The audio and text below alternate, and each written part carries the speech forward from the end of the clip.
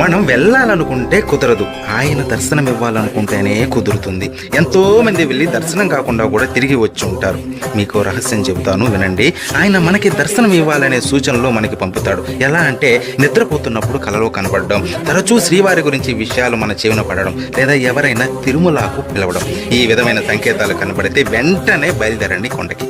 కానీ ఒక్క విషయం, అక్కడ మనం దర్శించుకునేది మామూలు విగ్రహం కాదు, సకల జగత్తును నడిపే శక్తి స్వరూపం, బ్రహ్మాది దేవతలు దర్శించుకునే విరాట్ స్వరూపం అది. విగ్రహ రూపంలో కనిపించి భ్రమింపజేసే శ్రీవారి రూపం అది. చక్రవర్తులు, సామంతులు ఆయన దర్శనం కోసం బంగారు వాకిలి ముందు పడిగాపులు కాశారు. అటువంటి స్వామి దర్శనం పూర్వజన్మ సుకృతం.